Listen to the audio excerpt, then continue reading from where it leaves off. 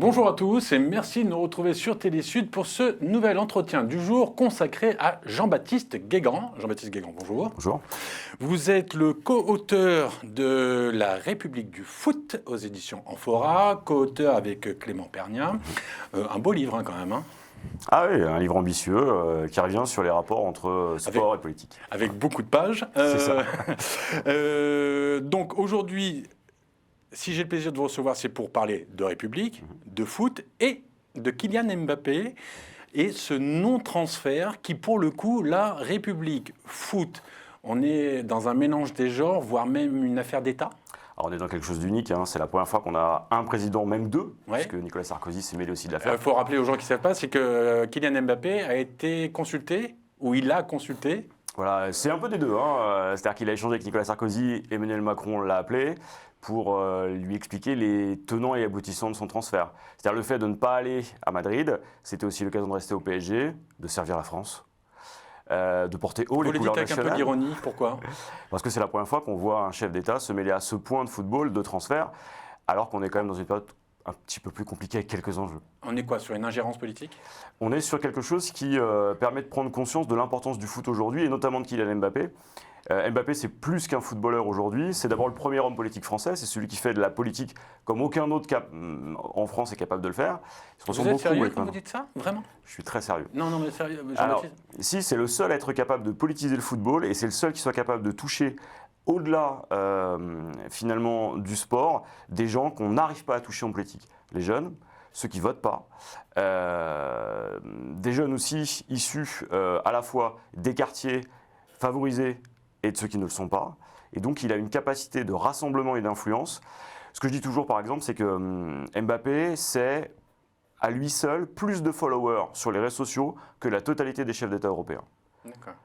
Oui, non, mais alors, Jean-Baptiste, Cristiano Ronaldo aussi, et Lionel Messi aussi. Mais eux sont des placards publicitaires.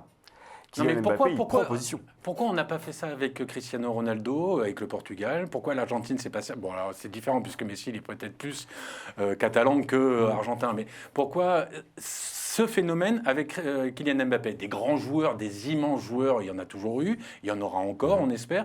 Pourquoi là, il y a ce changement de paradigme ? Parce qu'on est sur un joueur d'exception, c'est-à-dire qu'il a juste 23 ans.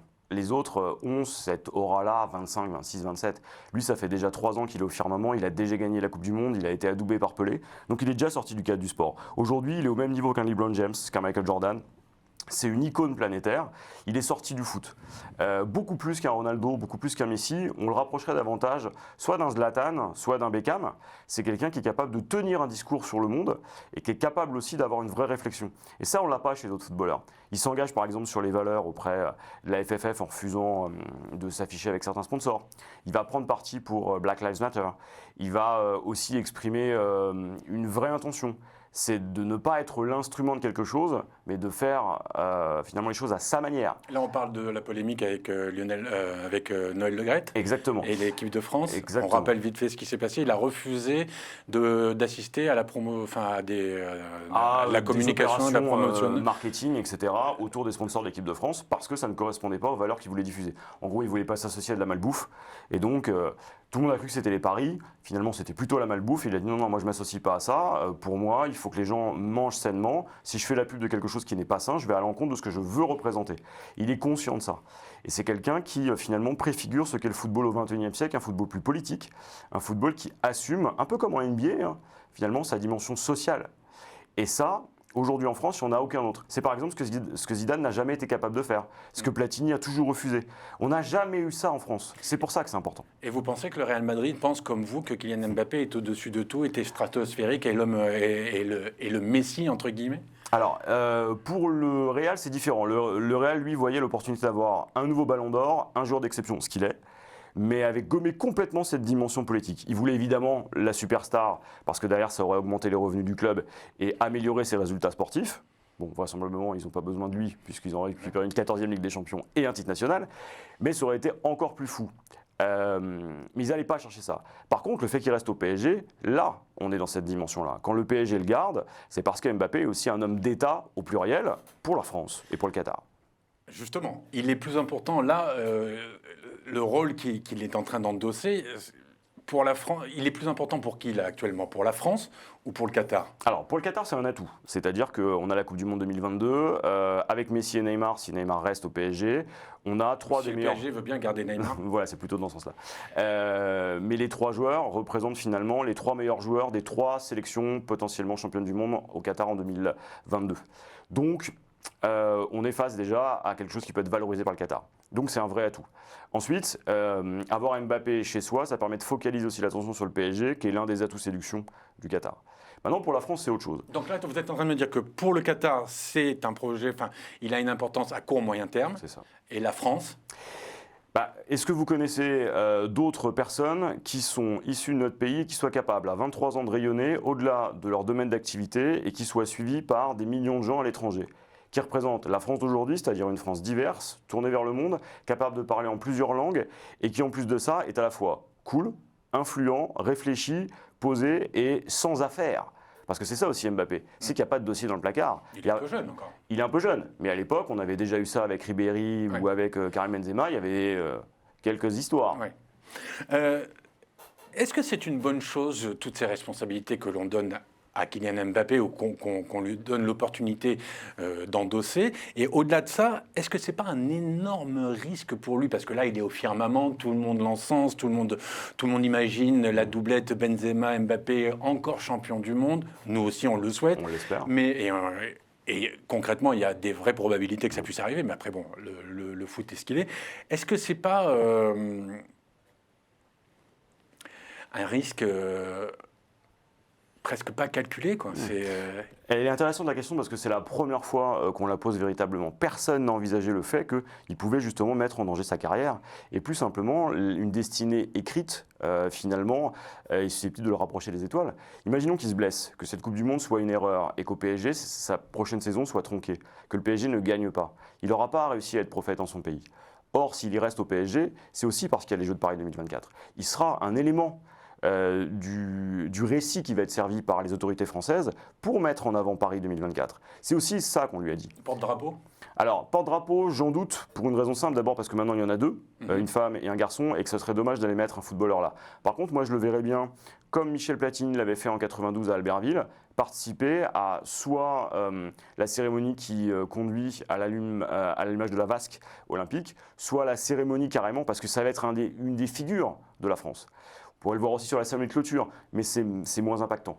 On est vraiment là sur quelqu'un qui peut représenter quelque chose de complètement différent. Est-ce que dans d'autres pays dans le monde, peut-être sur d'autres sports, il y a, vous parliez tout à l'heure de la NBA, mais au-delà des États-Unis, est-ce qu'il y a des joueurs qui sont aussi porteurs d'éléments de société, d'environnement social, sociétal? Est-ce qu'il y a des joueurs comme ça qui dépassent le simple cadre de leur activité professionnelle de sportif? Alors, le premier exemple qui me vient en tête, hors Maradona, parce que Maradona, c'est encore à part. Maradona, c'était une rockstar. Voilà, c'était une rockstar. Mais c'est Sadio Mané, Mohamed Salah. C'est aussi, dans une moindre mesure, Eto'o et Drogba. C'est-à-dire que c'est des footballeurs qui, aujourd'hui, ont des responsabilités ou veulent en avoir. Eto'o, il est président de la fédération. Drogba a échoué pour des raisons particulières. Sadio Mané sera forcément quelqu'un d'investi dans son pays. Et Mohamed Salah est déjà quelqu'un qui est incontournable dans son pays. Alors, je vous coupe 2 secondes, Jean-Baptiste, parce que je me souviens, parce que c'est pas la première mission qu'on fait ensemble, on avait eu cette discussion à l'époque de la CAN, pas celle qui était passée là, mais avant, où il y avait eu un problème avec justement Salah et son équipe, et même son gouvernement, qui l'avait affiché avec des sponsors sans lui demander son accord. Exactement, ça avait été la même chose pour la Coupe du Monde 2018 en Russie, où il avait été finalement mis à côté de Kadyrov sans savoir qui il était, le fameux leader tchétchène dont on parle beaucoup en ce moment. On parle beaucoup aujourd'hui. Et effectivement, là on voit Mohamed Salah devenir finalement un peu plus qu'un joueur, et cette politisation du joueur, il commence à l'assumer. C'était pas le cas il y a 4 ans. Oui. Là aujourd'hui, il a compris. Il a parce qu'il y a 4 ans, il était manipulé. Il était complètement manipulé, il savait pas du tout qui c'était, et ça se voyait. La deuxième fois, on l'avait prévenu, il fait si je peux éviter les photos, c'est mieux. Comme ça, il a dit. Voilà, c'est ça, à peu près. Je parle très bien de ce côté-là, le Mohamed Salah. Ce qui est très intéressant, c'est qu'aujourd'hui, ces joueurs-là en Afrique sont capables d'aller au-delà de leur périmètre. Ils sont certes approchés par les gouvernants, mais ils veulent peser aussi dans les affaires du pays. Ils ont les moyens financiers, ce que n'avaient pas leurs prédécesseurs, et ils sont capables de changer les choses. On le voit très bien avec Eto'o. Eto'o, c'est un des plus grands investisseurs dans le pays, c'est un entrepreneur. Aujourd'hui, c'est un homme, certes dans le football, et surtout un homme politique, et il pèse. On le voit aussi avec Drogba. Si on se souvient de l'épisode autour de la Côte d'Ivoire, c'est à son initiative qu'on a réussi à faire la paix, en tout cas la trêve, au moment où la Côte d'Ivoire se déchirait. Aujourd'hui, ces joueurs-là sont les figures de l'Afrique à l'étranger, de leur pays à l'étranger, et sont des figures suivies par la jeunesse. Or, l'Afrique, c'est le continent de la jeunesse. Est-ce que ce qui se passe avec Kylian Mbappé peut arriver dans quelques mois, quelques années, autour d'une sportive française? Est-ce que ce ne serait pas même plus fort symboliquement? Alors ça, on se le souhaite symboliquement. En France, moi, je vois d'abord une joueuse, c'est Katoto, la joueuse du PSG, qui est une attaquante qui est l'équivalent d'Mbappé. Mais qui a des problèmes avec l'équipe de France, enfin avec Corinne Diacre. Voilà, avec Corinne Diacre. Mais de toute façon, qui n'a pas de problème avec Corinne Diacre? Si vous avez des problèmes avec Corinne Diacre, c'est que forcément, vous performez. Mais bon, en dehors de la vanne, on a des figures comme ça tutélaires, sont plutôt des jeunes filles issues de sports plus, moins médiatisés. On attend vraiment justement de cette nouvelle génération de jeunes filles, je pense au ski, mais je pense aussi à des jeunes sportifs qui sont sortis du cadre du sport. On le voit avec la nouvelle ministre des Sports, Oudéa Castéra, on le voit avec Marie-Amélie Le Fur, une athlète paralympique qui est devenue une vraie responsable politique. Aujourd'hui, les femmes doivent prendre le pouvoir, mais c'est vrai, il y a une vacance. C'est-à-dire qu'on ne voit pas d'athlètes féminines aujourd'hui capables de prendre la lumière et de faire passer un message. Ou alors, c'est pour parler de choses qui sont lourdes, comme les violences sexuelles ou les violences exercées sur les sportifs dans le cadre de leur formation. Je me trompe si la dernière qui a fait bouger les lignes, c'était Amélie Mauresmo? Alors, Amélie Mauresmo, nouvelle directrice du tournoi de Roland-Garros, qui justement a fait bouger les lignes parce qu'elle a fait prendre conscience aussi à tout le monde de ce que signifiait le fait d'être à la fois une sportive de haut niveau, une femme engagée, une femme qui assumait sa sexualité et son désir d'enfant. Et là, elle a vraiment joué un rôle de rôle modèle. Il y a aussi Marion Bartoli, qui maintenant commande pour Amazon, je crois, Prime, et qui, elle, a fait comprendre aux gens toute la difficulté que représentait le sport de haut niveau, avec finalement ces problèmes d'alimentation, d'anorexie. Et ça, c'est important, parce que du coup, ça parle aux jeunes filles, elles ont quelqu'un qui s'identifiait, et ça fait avancer ces sujets-là. Mais c'est vrai que depuis, parce que ça remonte à quand même une petite décennie, on n'a pas. Et c'est deux joueuses de tennis. Ce sont deux joueuses de tennis. On n'a pas vu d'équivalent monter. Alors peut-être qu'avec les Jeux de Paris 2024, on va avoir ces figures-là. À un moment donné, on a cru que ça allait arriver avec les judokates. Et puis ça n'a pas pris. Le hand, c'est une équipe.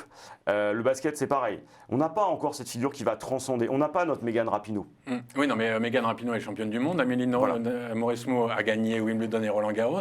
Enfin, c'est des gens qui gagnent. Il faut gagner. Alors, on a des femmes qui gagnent. Et on est une vraie nation sportive chez les filles. Maintenant, on n'a pas encore de jeunes filles qui soient capables d'aller au-delà.